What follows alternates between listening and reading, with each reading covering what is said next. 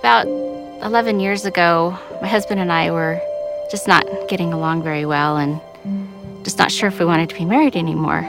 In my family, there was a cycle of abusiveness going on, and my great-grandfather, my grandfather, and my father, this tradition was passed down from generation to generation. Like everyone else, I've made a lot of mistakes in my life, especially when I was younger. And when I was younger, I was looking back on the things that I had done prior to that, and I was just kind of overcome with sadness. I'd been praying every day and just constantly praying, just Heavenly Father, help me find a way to help my marriage so that we can stay together.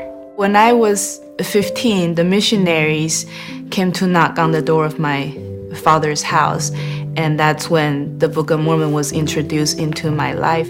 So I turned to the Book of Mormon for some kind of pick-me-up, I suppose, and in it I read 3 Nephi chapter 30, verse 1 and 2. And in it the Lord gives one last plea for his people to turn to him and find forgiveness. I could still find forgiveness after all the things that I had done. And it was after that that I really understood the role of Jesus Christ as my Savior. I felt very prompted. I asked my husband if he would be willing to read the scriptures and to pray with me. We'd been doing it with our children for a while, but I just knew we needed to do it as a couple. And so that night we got together and we prayed together, and then we read the Book of Mormon together. I'm not saying our marriage is perfect, but we work at it, and if we kind of slack off a little, like, oh, we need to do this again. I got my best friend back, and I couldn't ask for anything better.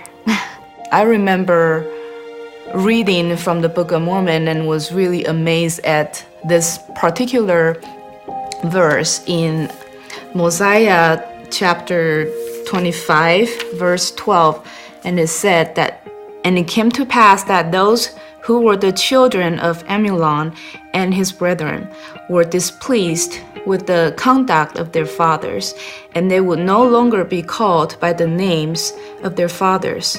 Now, when I read that verse, it really struck me because I knew that I had the agency, I had a choice, and I could choose the kind of person I wanted to be. I chose for myself that I would no longer continue the cycle of domestic violence. So this verse really helped me to turn my life around.